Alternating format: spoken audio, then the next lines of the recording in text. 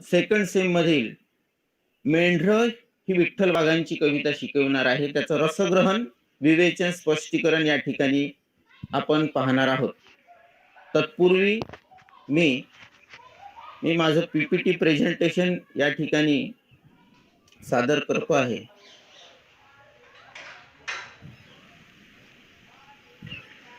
Madam दिसते का? हो सर, दिसते आहे. ओके.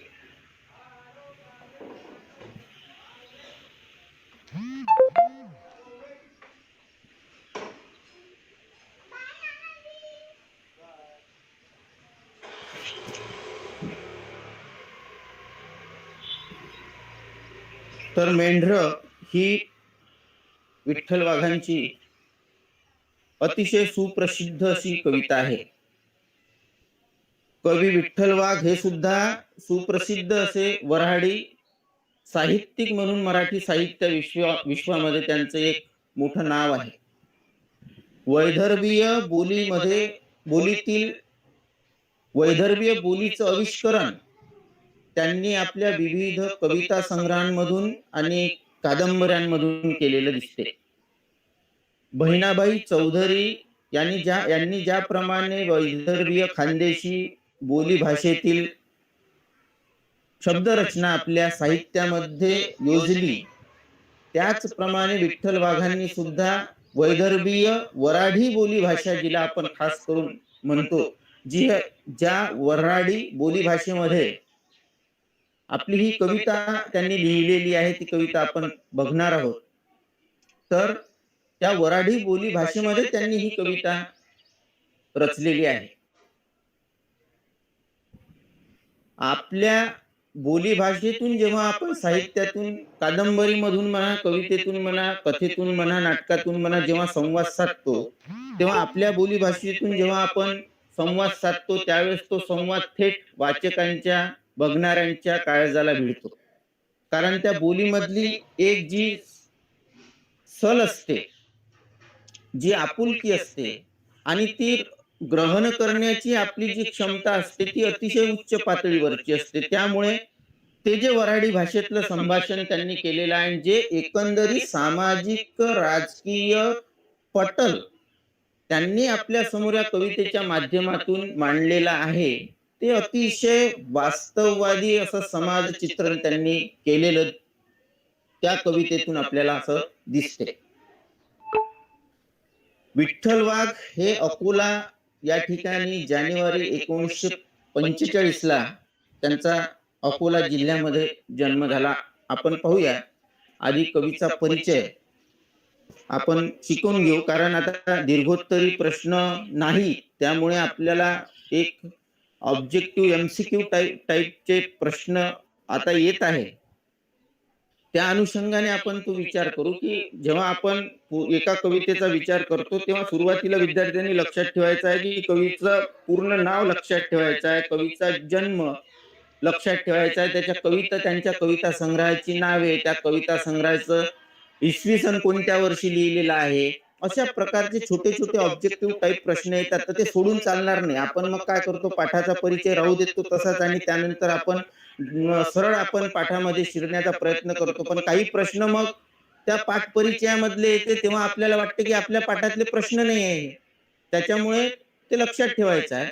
आपण ते बघणार आहोत की विठ्ठल वाघांच्या हे जे कवी आहेत त्यांच्याबद्दल त्यांचा परिचय 1945 मध्ये त्यांचा जन्म झालेला आहे आणि त्यांची विशिष्ट ओळख म्हणजे वऱ्हाडी कवी म्हणून त्यांना ओळखलं जाते.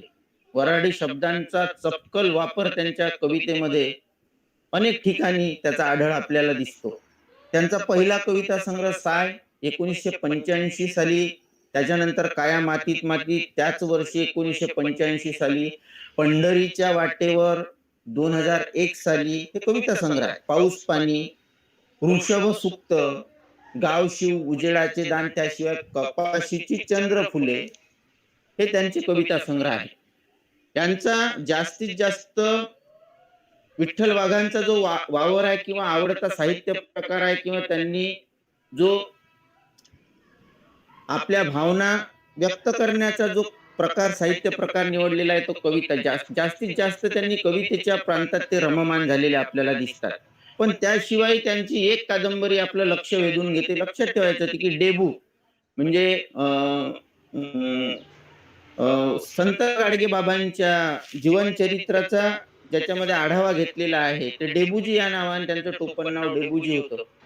तर त्या म्हणजे संत गाडगेबाबांचं, तर त्या डेबू नावाने त्यांनी एक छान कादंबरी लिहिलेली आहे. ते लक्षात ठेवायचं की हे सगळे कविता संग्रह त्यांचे आपण पाहिलेले आहेत. हे सगळं प्रत्येक पाठाचे आणि प्रत्येक कवितेच्या बाबतीतही तुम्हाला असंच करायचं आहे, हे लक्षात ठेवायचं आहे.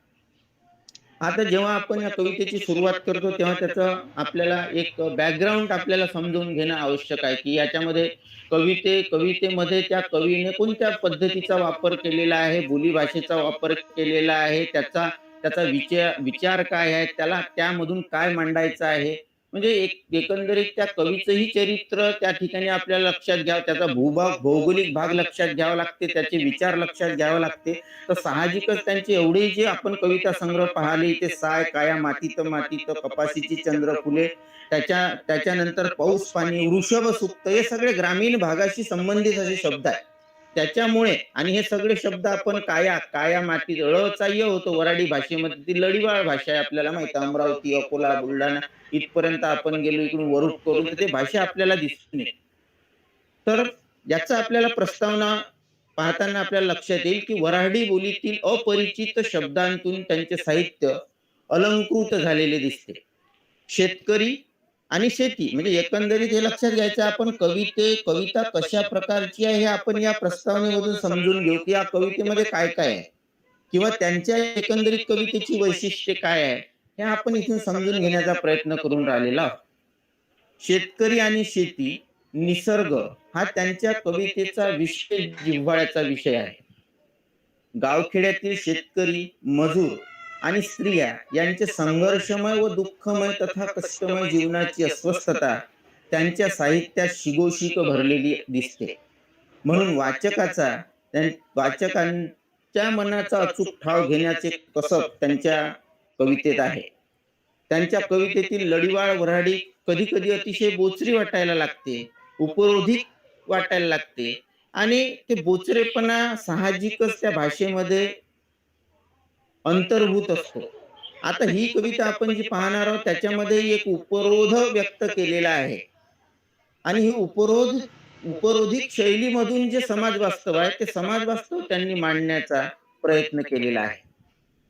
आता या कवितेचा थोडक्यात पट कसा आहे, या कवितेचा घाट कसा आहे, या कवितेचा विषय कसा आहे, तर प्रस्तुत कविता मेंढर ही अशाच ग्रामीण धगधगत्या वास्तवाचा आणि शोषित परंपरेचा उलगडा करणारी अशी कविता आहे.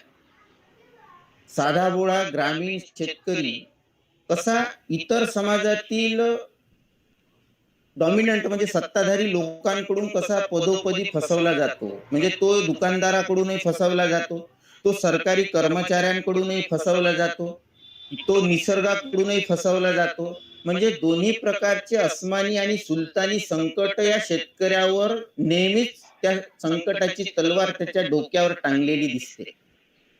आता हा साधा भोळा ग्रामीण शेतकरी कसा समाजातील इतर घटकांकडून पावलोपावली शिताफीने आणि खोट्या आश्वासनाने फसवला जातो याचं वर्णन एक प्रतिमात्मक पद्धतीने त्यांनी केलेलं आहे.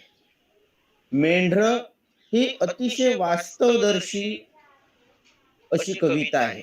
समकालीन म्हणू आपण, समकालीन जीवनाचंही चित्रण त्याच्यात, जरी ती 85 मध्ये आज ते 35 वर्ष झाले असेल कदाचित, तर त्यानंतरही ती कविता आज आपल्याला समयोचित वाटते, समकालीन वाटते, प्रासंगिक वाटते.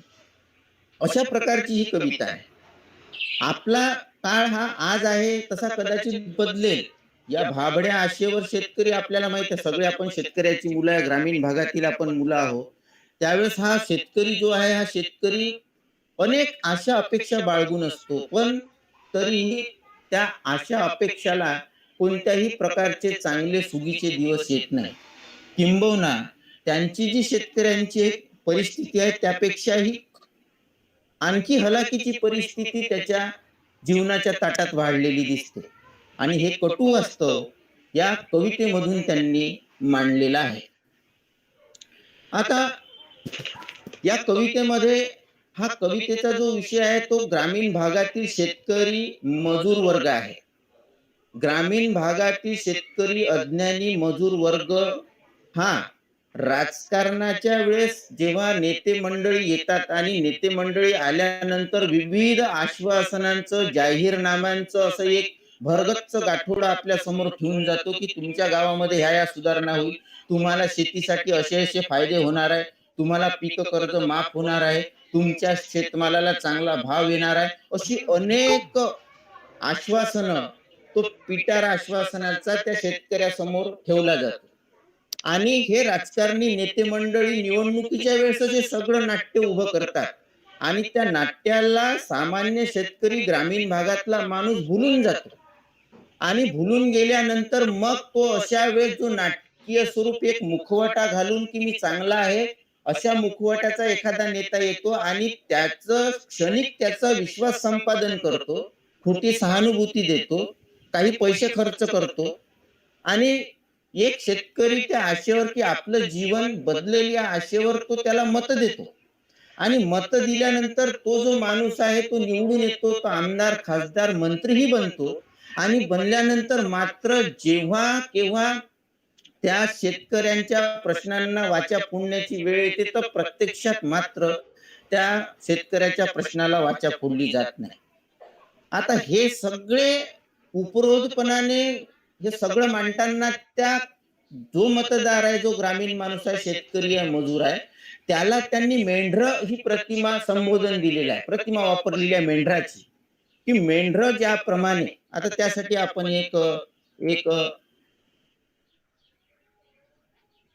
एक व्हिडिओ आहे की मेंढर आता जे शहरातली मुलं असेल कदाचित पाहिलेही असेल, तो कॉमन असा प्राणी आपल्याला दिसतो बकरीसारखा. त्याच्यामध्ये एकच फरक आहे, तो आपण नंतर समजून घेऊ. बघ 2 मिनिटाचा एक व्हिडिओ आहे, तो व्हिडिओ आपण पाहून घेऊ की मेंढराची मेंटॅलिटी कशी असते, त्याची मानसिकता कशी असते, ती आपण बघून घेऊ.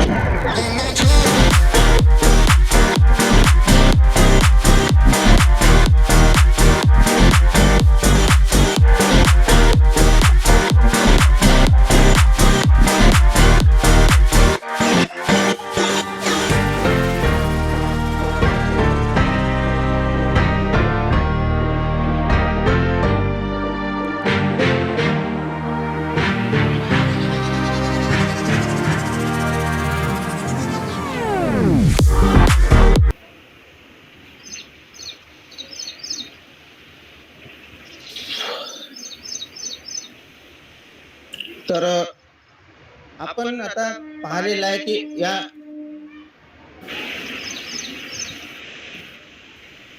मेंढरांची मानसिकता कशी असते की एक जर माणूस त्याला एका दिशेने घेऊन जाण्याचा प्रयत्न केला तर तो त्याच दिशेने जातो, त्या आशेने की काहीतरी हा समोरचा माणूस जो जातोय, आता वास्तविक पाहता तो फिरून राहिलेला आहे, हे रिंगण आहे. त्या वारीला जेव्हा पालख्या जातात त्या पालखीला रिंगण घातलं जाते की आपली समृद्धी वाढली पाहिजे. असा ग्रामीण भागामध्ये जी एक प्रथा आहे, परंपरा आहे.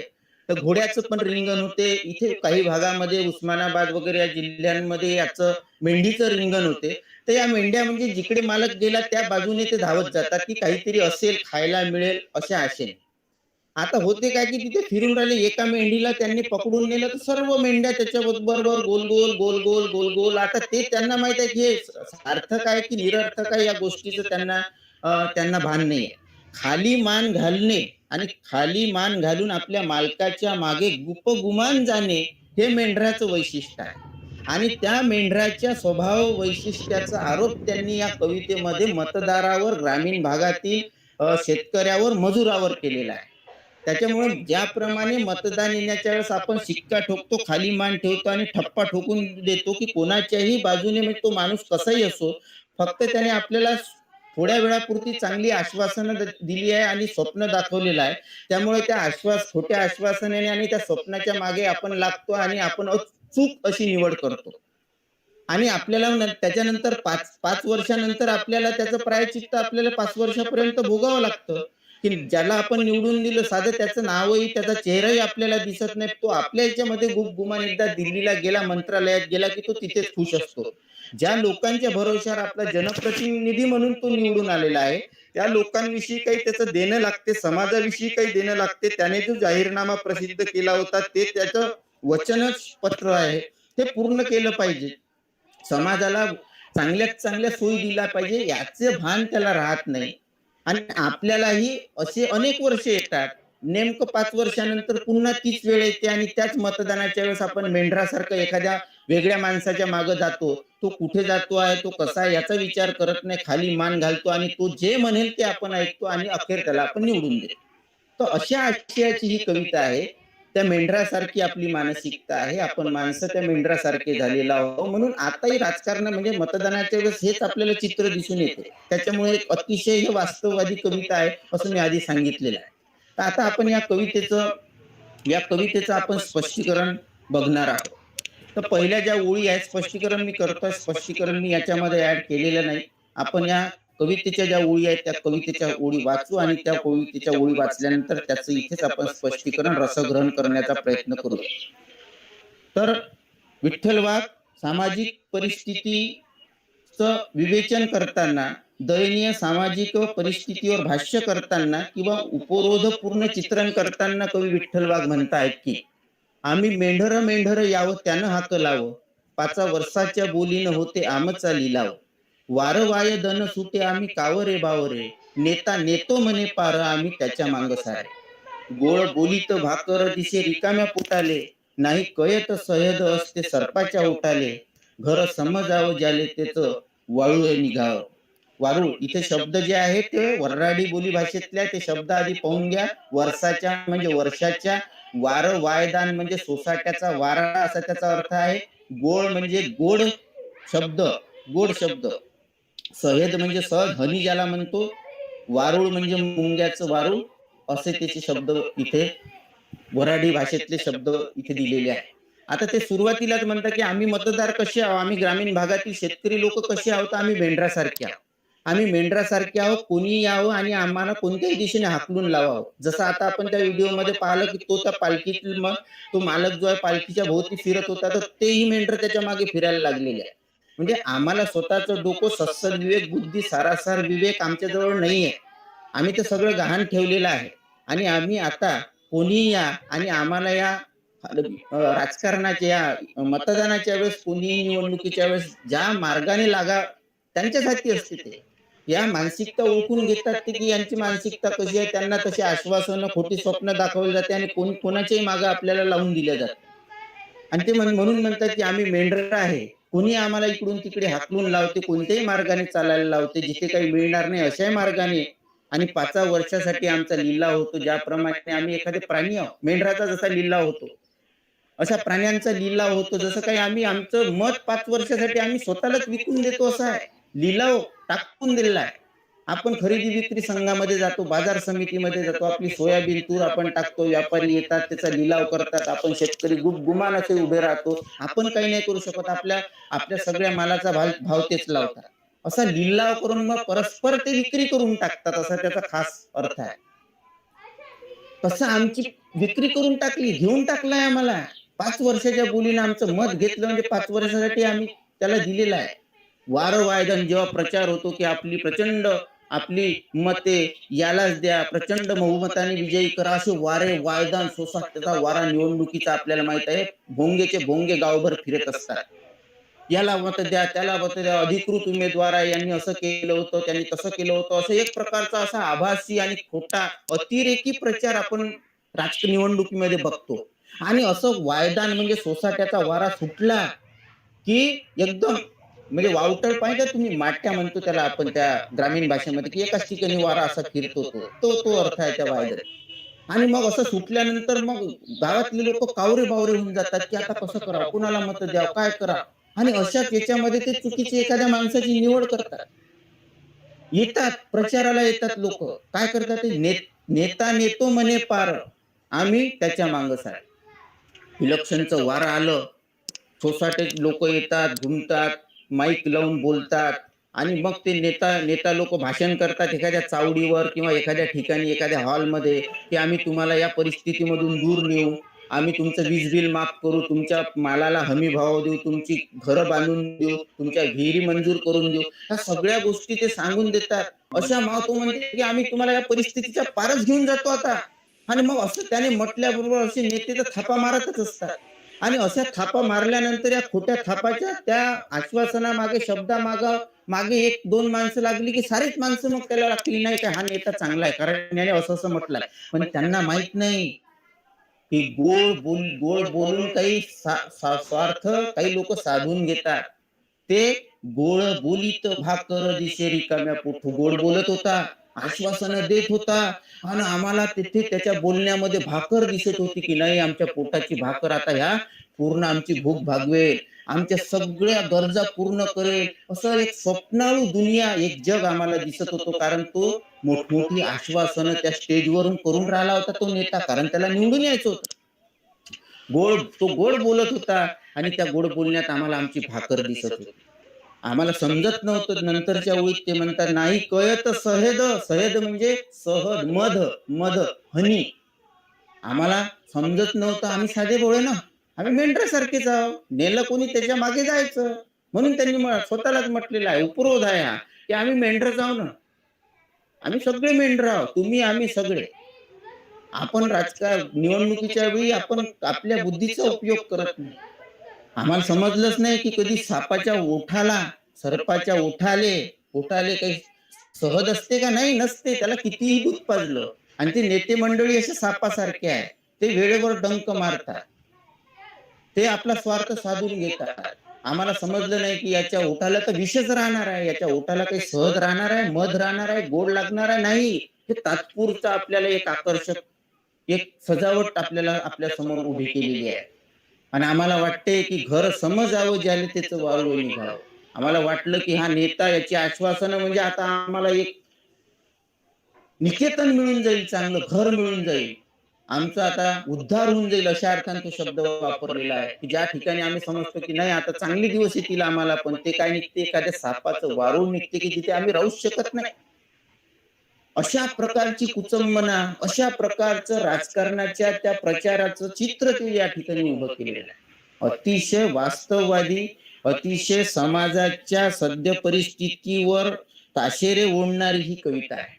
ज्याप्रमाणे विठ्ठल वाघांनी निसर्गातील झरे, हिरवेगार रान, पशु पक्षी, शेती आणि त्या शेतकऱ्यांमधल्या प्रेमाचा संबंध ज्याप्रमाणे आपल्या कवितेमध्ये असं प्रणय चित्रण ज्याप्रमाणे केलेलं आहे, तेवढ्याच तिखटपणे, बोचरेपणे त्यांनी धारदारपणे आपल्या वराडी बोलीच्या साहाय्याने ते उपरोधिक वास्तव सुद्धा मांडण्याचा प्रयत्न केलेला आहे. हे उपरोधिक वास्तव म्हणून त्यांनी स्वतःला, आपण म्हणून घेऊ का स्वतःला वाईट नाही, पण त्यांनी हे आहेच ना, खरंच आहे, आम्ही मेंढरच आहोत. आता सगळ्या लोकांनी, मुलांनी आता मतदानाच्या वेळेस काय काय स्थिती असते आपल्याला माहित आहे. ती स्थिती आपल्या लक्षात येण्यासारखी आहे. अशा प्रकारे पहिल्या कडव्यामध्ये ते निवडणुकीच्या वेळचं सामाजिक चित्रण, समाजामधल्या लोकांची अस्वस्थता, समाजातल्या लोकांच्या त्यावेळेच्या त्यांचे विचार या पहिल्या कडव्यामध्ये त्यांनी मेंढरा प्रतिमेच्या द्वारे माध्यमातून स्पष्ट करण्याचा प्रयत्न केलेला आहे. निवडणुकीचे वारे वाहतात, नेता काही गोष्टी आम्हाला आश्वासनं सांगतो, त्याच्या बोलण्याला आम्ही भुलून जातो. त्याचं गोड बोलणं आम्हाला भाकरीसारखं वाटते आहे, पण आम्ही विसरून जातो की सापाच्या ओठाला कधीही सहज राहत नाही. सापाच्या ओठाला नेहमी विषच राहणार आहे. ते काही आपलं घर नाही, ते त्या सापाचं वारूळ आहे. त्या वारुळामध्ये आपण कधीही राहू शकत नाही. अशा प्रकारे या पहिल्या ओळीचं स्पष्टीकरण आहे. छोटे-छोटे प्रश्न जेव्हा तुम्हाला येईल, तर कोणतं प्रतिमा वापरलेली आहे मतदारांसाठी, तर मेंढरं ही प्रतिमा. किती वर्षाच्या बोलीनं मतदाराचा लिलाव होतो, तर 5 वर्षाच्या बोलीनं. असे छोटे-छोटे प्रश्न अशा प्रकारचे तुम्हाला येईल. ते नंतर तुम्हाला ते संबंधित महाविद्यालय तुम्हाला पुरवणार आहे. तर त्याच्यानंतर दुसरं कडवं आपण बघणार. दुसऱ्या कडव्यामध्ये ते काय म्हणतात, की आम्ही आम्ही गरिबी.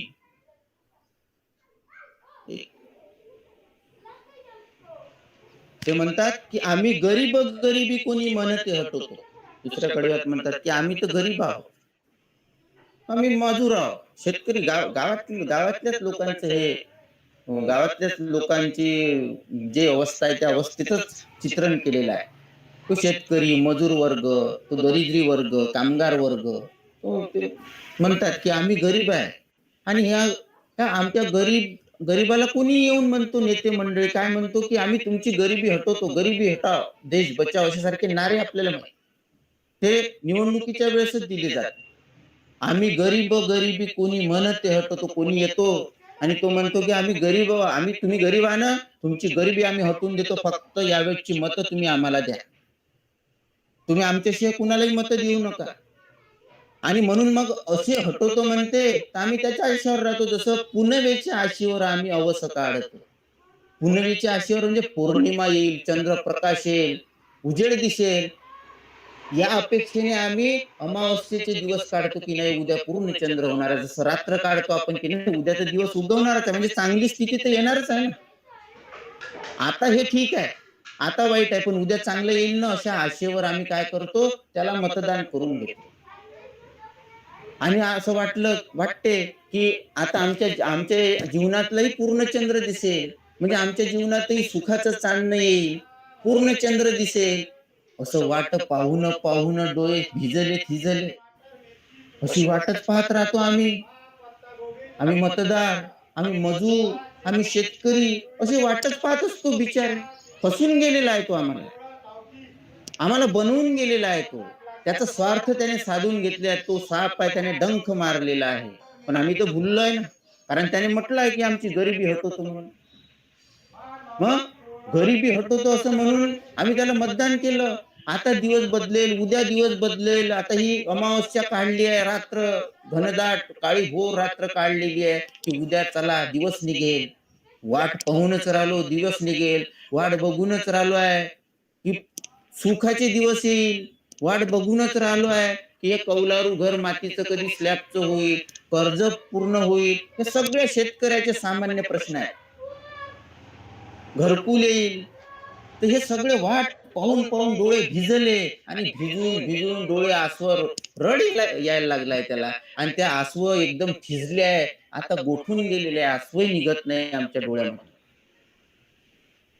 त्याच्यानंतर पुन्हा नंतरच्या ओळीत ते म्हणतात, की वाट पाहून डोळे भिजले थिजले, गाय पनावली नाही मुके वासर मिटे. पनावली नाही म्हणजे पाना सोडते गाय. जेव्हा गायीचं दोहन केलं जाते, तेव्हा दोहन करताना मग वासरू जेव्हा सोडते, तर वासरू सोडत असताना गाय त्या गायीच्या स्तनाला जेव्हा तो वासरू हुंदके मारतो, तेव्हा आपोआप त्या गायीचं दूध त्या स्तनांमधून स्रवत असते. तिला म्हणते पन्नावणे, ग्रामीण भाषेमध्ये. पन्नावल्यानंतरच मग आपल्याला दूध काढता येईल. आम्ही आम्ही अशा वासरासारखे त्या नेत्याच्या मागे बिलगलो, की आमची भूक भागेल, आमच्या मागण्या पूर्ण होईल. पण तो नेता, गाय नावाचा नेता किंवा नेता नावाची जे गाय जी आहे, ते कधीच पाणावली नाही. त्यांनी आमच्यावर कृपादृष्टी दाखवलीच नाही. ज्याप्रमाणे न पाणावलेल्या गायीचं दूध निघत नाही आणि ते वासरं तसेच मुके निघून जातात, झोपून जातात, त्याप्रमाणे आम्ही त्याच्या दारावर गेलो, की साहेब तुम्ही त्यावेळेस असे म्हणाले होते, की गावामध्ये सिमेंटचे रोड होईल, नळ योजना होईल, पण काहीच झालं नाही. पण त्याचं काहीच उत्तर येत नाही. किंबहुना तो नेता जो एकेकाळी यांच्या घरी येऊन त्या गावामध्ये खांद्यावर हात ठेवून यांना सगळे आपुलकीने विचारायचा तोच नेता आता त्यांना ओळखत नाही, दर्शन देत नाही. गाय पणावली नाही असा तो नेता, म्हणजे गाय जशी तो नेताही पाणावला नाही, त्याच्याही खिशातून काही योजना निघल्या नाही. आणि तसे जे वासर ज्याप्रमाणे मुके निसतात उपाशी त्याप्रमाणे परतलो. त्याच्याजवळ जाऊन काही उपयोग नाही. मांग चालवतो चालवतो कुठे लगेच ना गाव. त्याच्याच मागे जातो आहे आपण. माग जाणे. त्याच्या मागे मागे नेता चालला, जसं ते मेंढर गोल गोल गोल गोल फिरून राहिली रिंगणामध्ये. तसंच तिथे की माग जात चालतोच आहे चालतोच आहे. पण चालतो पण स्टे कुठे आहे? कुठे आहे ते निवासस्थान ज्या ठिकाणी एकदाच आम्हाला थांबायचं आहे? कुठे आहे तो आसरा ज्या ठिकाणी आपल्याला सगळं सुख समाधान समृद्धी मिळेल? अशी जागा कुठेच सापडत नाही ना. सगळं ओसाड आहे. ज्या दिशेने त्याने सांगितलं होतं की या दिशेने गेल्यानंतरच आपल्याला निश्चित ध्येय मिळेल, तुमचा उद्धार होईल, पण तसं काहीच नाही. असं गाव आम्हाला आमचं म्हणून, आम्हाला असं आश्रय म्हणून असं गाव कुठेच लागलं. आम्ही त्याच्या मागे जाऊनच राहिलो, पण स्टॉप कुठेच नाहीये. अशी एक प्रकारची निराशा, मतदान दिल्यानंतरची ही निराशा. मतदान दिलेलं करतात ते, पहिल्याकडे त्याचं चित्र नाही. दुसरे चित्र म्हणा ते केलेलं आहे सगळं, की चला हे केलेलं आहे, उद्या बदलेल परवा बदलेल, पण नथिंग, काहीच चेंज होणार आहे, होत नाहीये. जसं जसेच्या तसं, जसं ते सोडून गेलेले होते त्या स्टेजला, त्या स्थितीमध्ये आम्ही तसेच आहोत. त्याची काही वाढ झालेली नाही अजून. ती स्थिती जी आहे ती चांगली सुस्थिती झालेली नाही, असं ते या ठिकाणी म्हणतायत. नंतरच्या कडव्यात आपण बघू. ढोरा सारखे कोंडले श्वास मोकळे झाले तर. ढोरासारखे त्यांनी आश्वासन दिल्यानंतर काय होते की ढोरासारखे कोंडलेले श्वास, ढोरासारखे कोंडले श्वास मोकळे झाले तर. तो जेव्हा आश्वासन देतो ना की नाही तुमचं आम्ही गरिबी हटवणार आहोत, असं तसं जे आपण आता पाहिलेलं आहे की त्या जसे ढोरं एखाद्या कोंडवाड्यात कोंडले जातात तसे, आणि नंतर बाहेर येतात ते मोकळं वाटायला लागते, त्याप्रमाणे आमचे पण ते कोंडलेले श्वास होते ढोरासारखे. तर त्यांनी बोलल्याबरोबर, आश्वासन दिल्याबरोबर, स्वप्न दाखवल्याबरोबर आमचे श्वास काय झालेले आहे, मोकळे होऊन गेलेले आहेत. म्हणजे आम्हाला नवी पालवी, आमच्या जीवनाला अशी नवीन अंकुर फुटते असं आम्हाला वाटते. त्याचं उदाहरण त्यांनी खाली त्याच्या नेमक्या शब्दामध्ये दिलेलं आहे. चांगला ग्रामीण भाषेतलं ते वर्णन आहे, अस्सल आपल्या वैदर्भीय बोलीतलं, की वाटे फर्दय येतीन सोंगल त्या. सोंगणे म्हणजे कापून काढणे, वरच्या बाजूने कापणे, सोंगणं म्हणजे वरूनच कापणे, वरूनच काप. काही शेतकरी काय करतात, आता इथे ते अर्थ स्पष्ट करून घेऊ आपण, की काही लोक कापासीचं, आपल्या विदर्भामध्ये खूप मोठं पीक घेतलं जाते कपाशीचं, आपल्याला माहित आहे. आता असं पीक घेताना काही गरीब शेतकरी असतात की काय करतात, ते पराठी म्हणजे कापसाचं झाड जे आहे त्या पराठीच्या जे बोंड आहे ते वेचून टाकतात. वेचते म्हणजे कापूस काढून टाकतात, आणि त्या पराठीला मग तसंच ते उन्हाळ्यामध्ये राहते ते पराठी, त्याचा माल पूर्ण निघून जातो.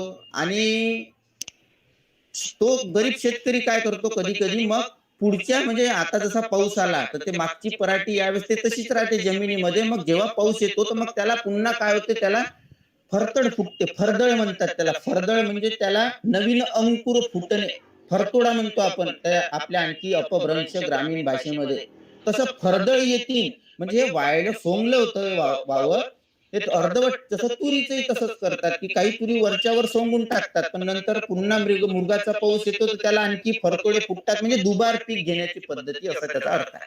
म्हणजे एका याच्यावर दुबार पीक घेतलं जातं. आणि असंच वाटते की आम्हाला, की ज्याप्रमाणे आम्ही वाट पाहत असतो की सोंगल्या त्या वावराला काही फरदळ नवीन अंकुर फुटेल आणि नवीन त्याला काहीतरी धान्य लागेल, अशी आमची आशा असते. याप्रमाणे वावरात आम्ही करत असतो, की आशा असते की याला काहीतरी फुटणार आहे, नवीन अंकुर फुटणार आहे या जुन्या झाडाला, आणि आपले पैसे वाचणार आहे. त्याचप्रमाणे आम्हाला असं वाटतं की आमच्या जीवनालाही नवीन फरदळ येईल, फलून फुलून येईल, आम्हालाही काहीतरी नवीन योजना मिळेल, असं अशा आशेवरती त्या नेत्याच्या मागे जात असतात. पण दैवच वांझवट कशी टळणार, मग टळणार तर नाही ना. ते नशिबात आहे, ते नशीबच खोटं आहे आपलं शेतकऱ्याचं. आपल्या नशिबातून हे माती शेती जाणार नाहीये, वांझोटा आहे. ज्याचं सुफलन होऊ शकत नाही ते वांझोट. फर्टिलिटी ज्याला म्हणतो आपण, ते दैवच आपलं फर्टाईल होत नाही, ते सुफलन होत नाही, ते वांझोट आहे. त्याच्यापासून नवीन काही उत्पत्ती होत नाही किंवा त्याचा विस्तारही होत नाही. हे दैव वांझोट आहे, हे जसं आहे ना तसंच राहणार आहे. हे खोटं होतं सगळं जे त्या नेत्यांनी सांगितलेलं आहे. आपण वांझ आहोत. आपली स्थिती कधीही बदलणार नाही, स्थिती सुधारणार नाही. या स्थितीमध्ये कोणत्याही प्रकारचा परिणाम होणार नाही. ते अशा शेवटी या निष्कर्षापर्यंत पोहोचलेले आहे की आमच्या नशिबात माती लिहिली आहे ना. दगड मातीमध्ये काम करतो आम्ही शेतकरी मजूर. आमच्या नशिबात काही चांगले बिछाना येणार आहे, मखमली दुलया येणार आहे, चांगले असं काचेचं घर येणार आहे? नाही येणार आहे. आमच्या डोक्यावर सदैव कर्जाचा डोंगरच राहणार आहे आणि आमच्या हातापायाला सदैव मातीच, कपड्यांना मातीच लागणार आहे. असं आमचं दैव वांझोट आहे, त्याचं काहीही प्रगती होऊ शकत नाही. पीक चांदण्याचं यावं तिथं उल्लंघल्या राहते. वाटलं की पीक चांदण्या कशाला म्हटलेलं आहे की त्या शेतामध्ये पराठीची जे फुलं असतात ना, कापूस ज्याला लागतो त्या बोंडावर ते बोंड फुटलं, उमललं की नंतर त्याच्यामधून तो कापूस बाहेर येतो आणि तो असा आकार असतो त्याला चांदण्यांसारखा. म्हणून त्याला ते म्हणतात की चांदण्याचं पीक आलेलं आहे. हे प्रतिमा वापरलेली आहे. हे असं वाटते की ते बोंड येईल म्हणजे कापूस फुटेल, पण तशा रात्रीच्या रात्री गेल्या, जशा चांदण्या उगवल्या नाही, तसं त्या पराठीला म्हणजे त्या कपाशीला काही पीक बोंड आले नाही. त्याचप्रमाणे इथेही आम्ही दिवसामागून दिवस वाट पाहून राहिलो त्या नेत्याची, की कधीतरी हा आम्हाला कोणती तरी योजना देईल, आम्हाला कोणतं तरी आमचं भलं करेल, पण नाही. तीळ मात्र बदल झालेला नाही. जशाच परिस्थितीत तो गेला तशीच परिस्थिती अजूनही आमची आहे. ज्याप्रमाणे आम्ही भोळ्या म्हणते नंतरच्या याच्यात म्हणता ओळीत म्हटला पीक चांदण्याचं यावं तिथे तथी उल्लंघल्याला राहते. उल्लंघल्या म्हणजे निघून गेल्या, अशा उगीच्या निघून, उल्लंघणे म्हणजे संपून जाणे. ज्याले शेंदूर फासला निघे दगुळ तो देव. कधी कधी वाटते वाटते की भोळा बाबळा शेतकरी आहे, शेंदूर फासतो आणि त्या दगडाला काय समजतो, देव समजतो. तसा ज्याने काय केलं, मत दिलं आणि त्याला समजलं देव त्या नेत्याला की नाही बा, आता नाही झालं 5 वर्षात मागच्या, तर याले निवडून देऊ. याले निवडून दिला तरी तो तसाच आहे. या वाटलं की याले शेंदूर लावला हा देव असन, पण हाही देव नाही, हाही दगडच निघाला. आम्ही मत दिले पण त्या मताचा काही फायदा झाला नाही, त्याचा काही उपयोग झाला नाही. ज्या जसं जसे इतर लोक, इतर नेते मंडळी होते, तसेच आम्ही सुद्धा तसेच, आम्हाला तसेच हे सुद्धा नेते मंडळी तशीच आहे, असं त्यांना या ठिकाणी म्हणायचं. की फसवल्या गेलो आहे आम्ही, आम्हाला भुलवल्या गेलेला आहे, आमचा फायदा करून घेतला गेलेला आहे, असं ते या या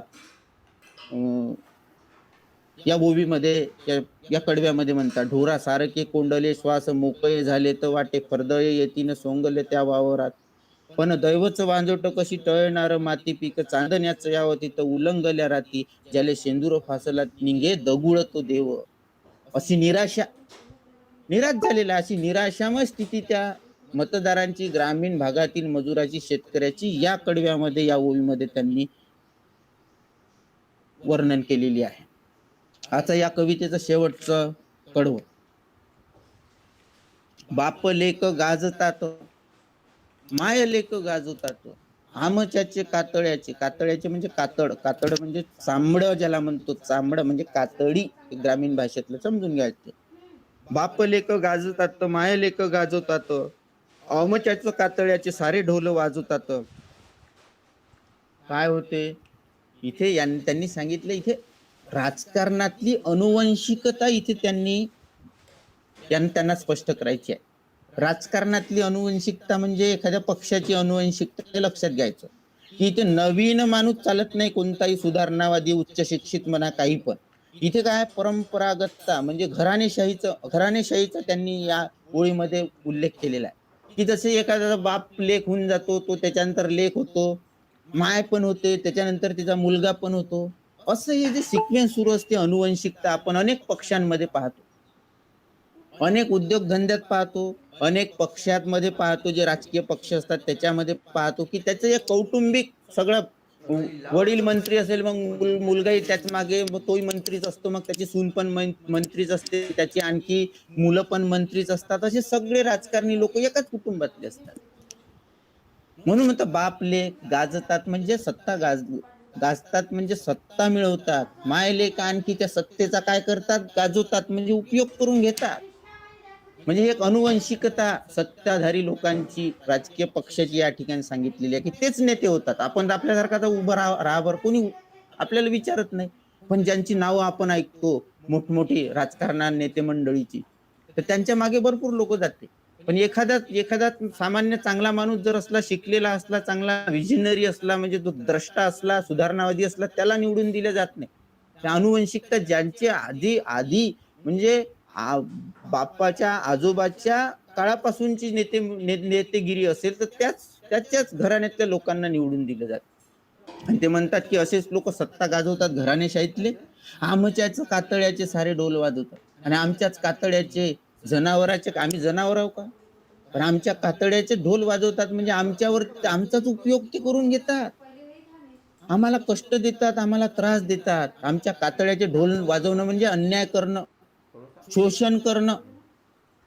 आमचं शोषण केलं जाते, आमचाच उपयोग केला जातो. आम्हाला प्रत्यक्ष आमच्याच भरोश्यावर निवडून येतात, पण त्याचा फायदा आम्हाला काही होत नाही.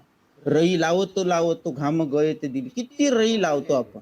दूध काढल्यानंतर दही नंतर घुसळण जे रईवर केली जाते आपल्याला माहित. आता मिक्सर आहे, पण आधी मोठी रई राहायची की ते दोरी बांधली आणि एक लाकडी त्याला असले की त्याला ते करायचं. तर रई लावतो किती रई लाव वाटते की आता लोणी निघते लोणी. लावूनच राहिलो आम्ही, पण ते लोणी आमच्यापर्यंत येतच नाही. रई लावून राहिलो त्या त्या दह्यातून, वाटते की आता लोणी निघेल. घाम गळून राहिला आमच्या गल्लीत, आमच्या घरी घाम गळूनच राहिला गल्लीत, म्हणजे इथे ग्रामीण स्तरावर. आणि नेता कुठं गेला आहे? दिल्लीला मंत्री होऊन. आणि हाती ताकाच पाणी लोणी तुटत दिल्लीत. आणि आम्हाला काय, आम्ही इथे कष्ट करून राहिलो, आम्ही निवडून देतो, आमच्या हाती ताक येते. आणि लोणी कोण खाते? तर तो दिल्लीवाला मंत्री खाते. योजना कोण खाते? तोच खातो. त्याच्यातला सगळा भ्रष्टाचार तोच करतो. आणि आमच्यापर्यंत काही येते का? नाही, ताकच येते आमच्या प्रमाणात. ताक म्हणजे अशा हलक्या फुलक्या योजना, थोड्या लाभाच्या, जास्त लाभाच्या नाही. थोडस काहीतरी शिंपडून दिलं तर खुश होणार इतपत. आणि खरा जो माल आहे तो मंत्रीच लुटून घेऊन जातो. म्हणून म्हणते की त्या दिल्लीतच लोणी तुटते. लोणी म्हणजे चांगलं, म्हणजे जो चांगला पार्ट आहे पौष्टिक तूप, तो त्यांना मिळते. आणि ताक फक्त आमच्या हाती येते, आमच्या नशिबी येते. आमच्याचा असवाले येते आमची चकीवर. दिल्लीत लोणी खरं जे आहे कमाई, ते दिल्लीत तेच लोक करून घेतात. आणि आम्ही आस्वच गाळून राहतो ना. एवढे आस्व आम्ही गाळावं का की नंतर आमच्याच आस्वाला आमची कीव येते, दया येते की आपण काय करून बसलो. 5 वर्षासाठी आपण स्वतःचा लिलाव केला, आपण विकलं स्वतःला. आता हे दर नेहमी तसंच होते ना, हे रुटीन झालेलं आहे की 5 वर्ष गेली आणखी दुसरा पक्षाचा येतो, पण तोही तशी अनुवंशिकताच असलेला येतो. तोही आपल्याला बनवतो, भुलवतो, खोटी आश्वासनं देतो, निघून जातो. आपण त्याच्या मागे राहत, त्याचा प्रचार करतो. वाटते बदलेल, काही बदलत नाही ना. असे अनेक पिढ्या बर्बाद होऊन गेलेल्या आहे की आता बदलेल, उद्या बदलेल, पण काहीही बदललेलं नाही. ज्या ठिकाणी शेतकरी होता त्याच ठिकाणी तो तसाच आहे, त्याच्यावर कर्जही तसंच आहे, त्याची अवस्थाही तशीच आहे. मग त्याचं एकंदरीत जीवनमान अजूनही दुरुस्त झालेलं नाही. मग ते म्हणतात की आम्ही किती रडावं आता या गोष्टीला पश्चाताप करून, की आम्ही एवढी आसवं गाळलेली आहे की आमच्याच आसवाला आमची कीव, दया, कणव यायला लागलेली आहे की आमचं काही भलं होऊ शकत नाही. अशा प्रकारे या कवितेचं या ठिकाणी आपण ते रसग्रहण पाहिलेलं आहे. इथे प्रत्येक वेळी तुम्हाला छोटे आता ते छोटे म्हणजे दीर्घोत्तरी प्रश्न येण्याचे, ते आता ऑनलाईन असल्यामुळे शक्यता कमीच आहे. त्याच्यामुळे मुलांना आता जास्तीत जास्त छोटे ऑब्जेक्टिव्ह टाईप प्रश्न येईल. त्याच्यामध्ये असे प्रश्न तुम्हाला म्हणजे रिकाम्या जागा पण विचारल्या जाईल त्याच्यामध्ये, की 2 कडवे दिले जाईल, तर 2 कडव्यांमध्ये एखादा शब्द तिथून गाळल्या जाईल आणि खाली दिल्या जाईल. तर असे म्हणून ते केअरफुली तुम्हाला, म्हणजे तुम्हाला प्रत्येक घटक, प्रत्येक पॅरेग्राफ, प्रत्येक कडवं तुम्हाला केअरफुली वाचणं आवश्यक आहे. त्याच्याशिवाय तुम्ही ते ऑब्जेक्टिव्ह प्रश्न चांगल्या प्रकारे सोडवू शकणार नाही. तर अशा प्रकारे या कवितेमधून म्हणजे समाजाच्या राजकीय परिस्थितीवर एक उपरोधिक शैलीतून त्यांनी भाष्य केलेलं आहे. म्हणजे राजकीय लोक आपल्या स्वार्थासाठी कशी लोकांची फसवणूक करतात आणि लोक फसल्या कसे जातात आणि नंतर त्यांना किती त्याचा त्रास होतो, किती त्रास भोगावा लागतो ग्रामीण लोकांना, याचं एक चांगलं चित्रण या ठिकाणी त्यांनी केलेलं आहे. आता आपण समारोपाकडे वळूया. एकूणच ग्रामीण शेतकरी जीवनाची विदारकता या कवितेतून ओसंडून वाहताना दिसते. शेतकरी जीवनाची विदारक स्थिती आहे बरं हे, कारण शहरातली माणसं खूप काही कुणाच्या मागे, कारण ते सगळे नोकरदार लोक आहे, त्यांच्याकडे पैसा आहे. पण सगळं यांना कर्जाची आवश्यकता जास्त यांना आहे. उपाययोजना शेतकरी आहे ना त्यांच्यासाठी, मग त्यांना शेतकऱ्यांना लाभ मिळत नाही, म्हणून त्या शेतकऱ्याची विदारक जीवनाची विदारकता इथून त्यांनी व्यक्त केलेली आहे या कवितेमधून. अखिल तळागळातील उपेक्षित मानवी समूहाचे आषाढभूत जगणे आशेवर राहत होतो. हे उपेक्षित मजूर वर्ग आहे, शेतकरी वर्ग आहे, तो आषाढभूतपणे आशा ठेवून असतो की आपलं होईल, पण तसं काही होत नाही. तर ते आषाढभूत जगणं या कवितेच्या निमित्ताने इथे प्रकाशित होताना दिसते. सत्ताधारी राजकारणी आपल्या स्वार्थासाठी ग्रामीण जनतेची मतं मिळवण्यासाठी त्यांना भूलतापा देऊन वर्षोनवर्षे ही अमानुष शोषणाची छुपी प्रक्रिया कशी निरंतर सुरू ठेवू नये, ही प्रक्रिया या कवितेमधून स्पष्ट होत जाते. कवीने ग्रामीण शेतकरी जीवनाची निराशा या कवितेतून नेमकेपणे व्यक्त केलेली आहे. ज्याप्रमाणे आपल्याला आता काहीतरी खायला मिळेल किंवा हा माणूस आपल्याला निश्चितपणे कोणत्या तरी तृप्त होणाऱ्या जागी नेणार या आशेने मेंढरं जशी आपल्या मालकाच्या व हाकलणाऱ्याच्या मागे गुपगुमान खाली माना घालून अविरत आशादायीपणे चालत जातात, त्यांना स्वतःचा मेंदू वापरता येत नाही वा मालकावरचा अतिविश्वास त्या प्राण्यात असतो, त्याप्रमाणे आजचा ग्रामीण समाजही मेंदू असूनही, विचार करण्याची शक्ती असूनही मेंढरासारखा सवाल जबाब न करता राजकारण्यांच्या नेत्यांच्या खोट्या प्रचाराला बळी पडतो आहे. हे एक भगभगीत वास्तव या कवितेतून विठ्ठल वाघ प्रगट करताना दिसतात. तर अशा प्रकारे या कवितेचं एक आशय सौंदर्य आपण या